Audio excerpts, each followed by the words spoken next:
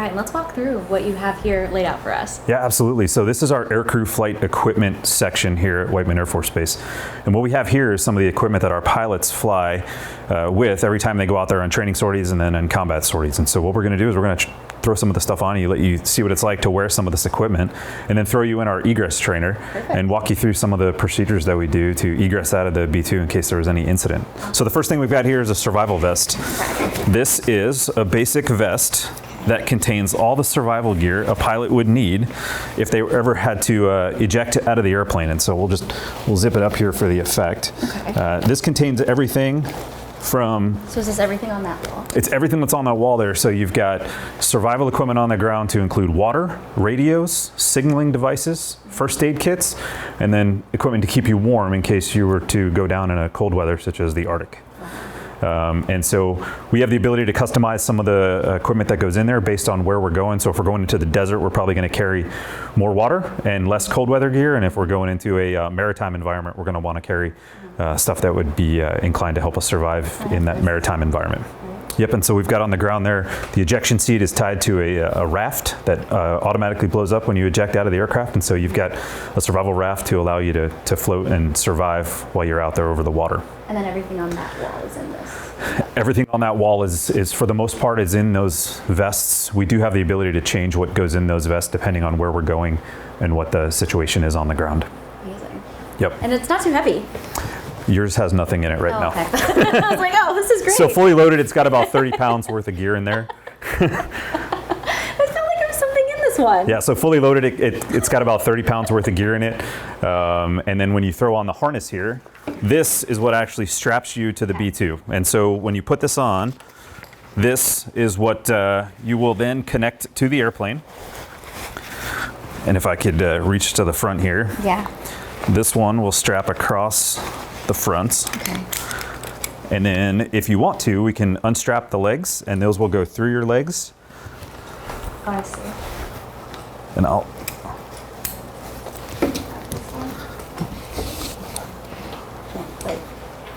Nope. I didn't get it. Yep, you got it. So you have to pull this little knob there. Oh, okay. And the way we do it is you reach through your legs.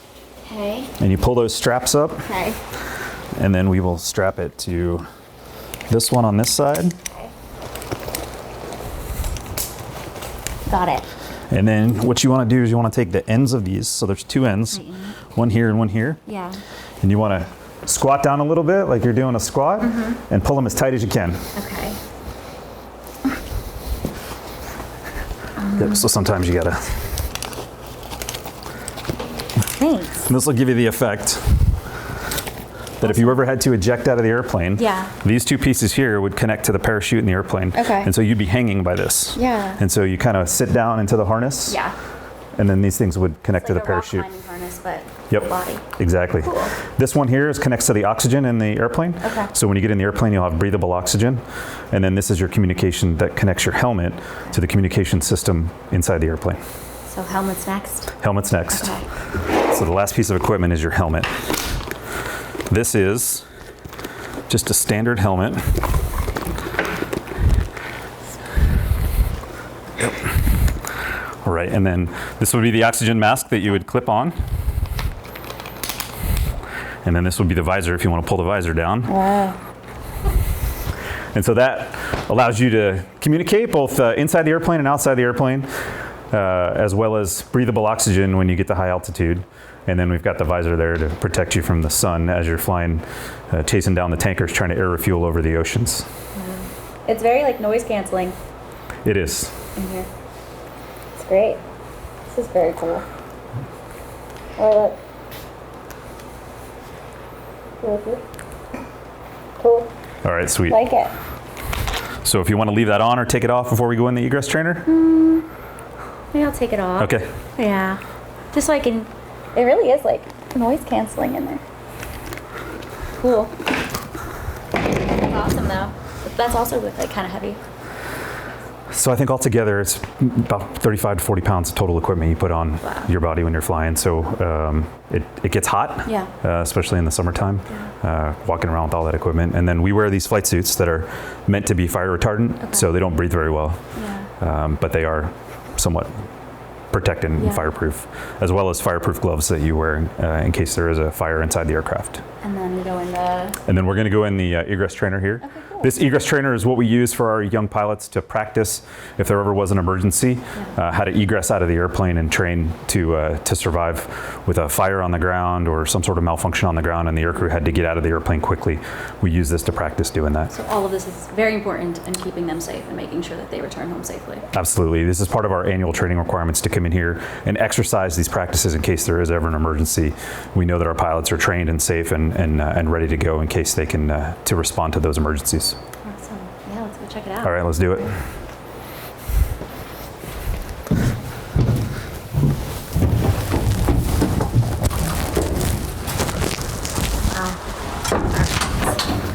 So over here.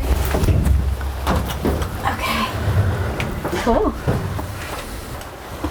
There.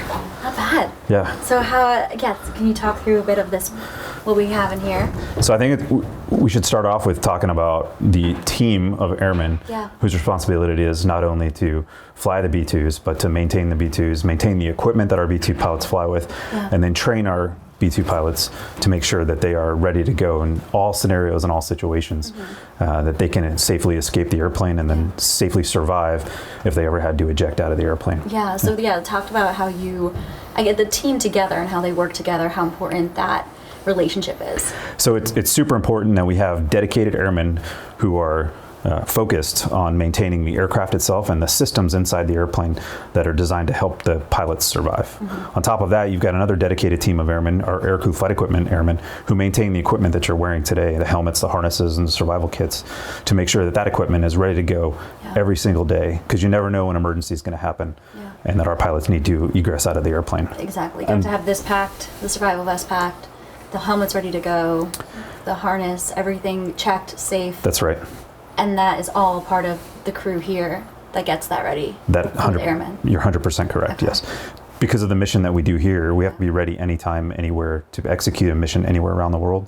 And so we are on an alert posture every single day here to be able to go out and execute those missions around the world. So our airmen train every day to make sure they're ready to go around the world, and our airmen maintain this equipment to make sure that it's ready to go anytime, anywhere. Wow. And then just going through the training for them, through this process, through the ejection, through just knowing how all of this works for them is so important. And how often do you go through all that? So we go through that training once a year. It's almost a full day of training. They'll start out learning and practicing with the equipment itself, and then when they're comfortable with the equipment, we'll go and practice egressing out of the airplane, ejecting out of the airplane. And so they have we have a virtual reality device where we'll hang the airmen from the harness and allow them to troubleshoot parachute malfunctions, and then practice their parachute landing falls if ever they were to have to eject. And then we spend time in this device here where our aircrew can practice egressing out of the airplane in case there was an emergency on the ground, whether that be out of the top of the airplane using an escape rope or out of the main exit at the airplane if they were able to get out the normal exit procedures there. And this is also important because it's the safety of the pilots at the end of the day, and making sure that they know how to stay safe if something goes wrong, or preparing if something goes wrong. Absolutely. Our number one priority here is taking care of the airmen, taking care of the pilots, and making sure they return home safely.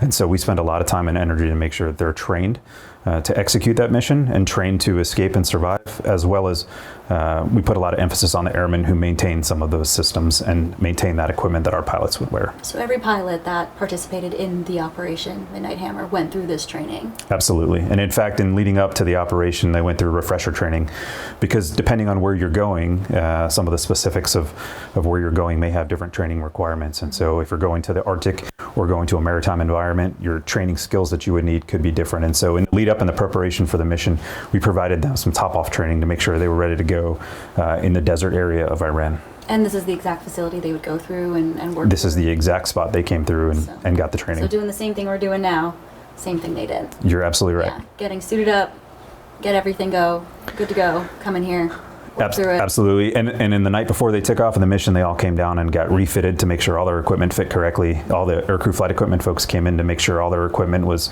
inspected and ready to go, and there were no issues with any of the equipment. They made sure that all the survival vests were packed and loaded and ready to go for our aircrew to come out, check them out, and then and get ready to go fly the mission. Wow. So it's a total team effort. Hundreds of airmen around the installation here, all working towards getting those airplanes airborne and those bombs on target. A lot of nerves or just excitement or all of the above?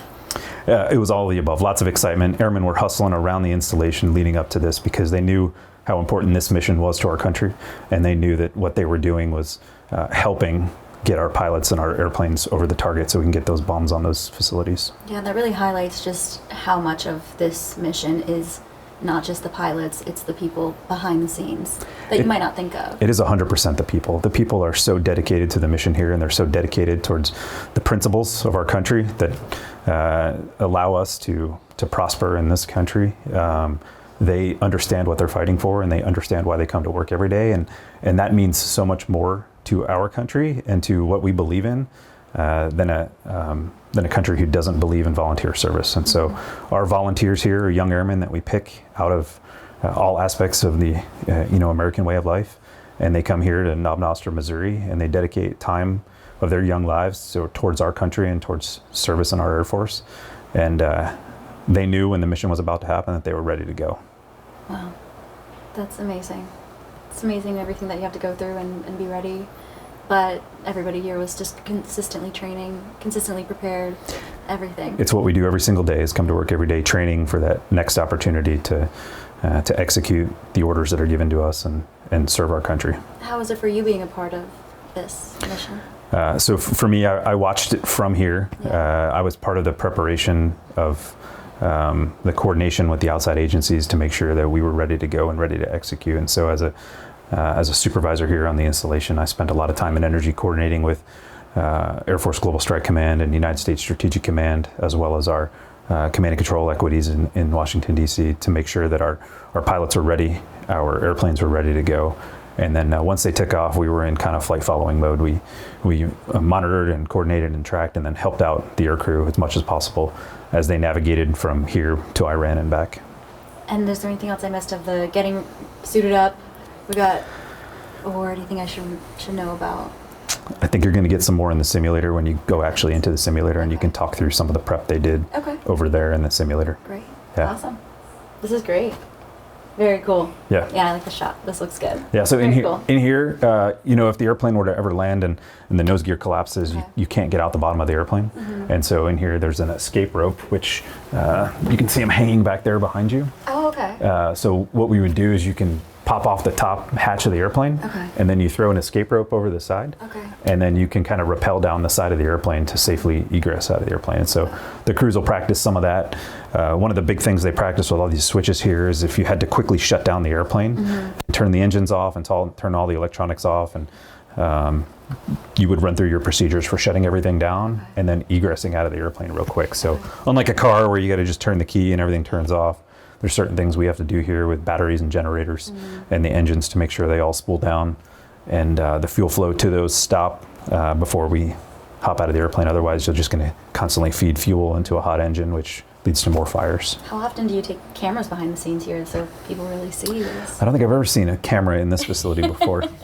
So we're really giving people an inside look at what it's really like getting ready for a mission like that. Absolutely. You guys get to see a lot of the airplanes flying around, and you get to see the good parts and the cool parts. But day in and day out, it's our airmen here that are training to execute the mission in facilities like this, so they're ready for the next time that we have to go out and execute. Absolutely. Well, thank you so much. Yeah, my pleasure. This is great. That's so fascinating. That's great. Thank you. That's great. Well, I'm glad you're able to come out here and experience some of the training that we do on a daily basis to make sure our aircrew are ready to go and execute, and then see a part of the team that comes together to help support our pilots as they go out and fly these combat missions. So appreciate you coming to Whiteman to see what the team does every day. It's been so eye-opening, and to see what everybody does here, it's been an amazing day, and thank you for your service. Yeah. Absolutely. Thank you so much. Thanks. Thanks. Thank you for watching. Subscribe below and download our NewsNation app right now on your phone, and you will get fact-based, unbiased news for all Americans.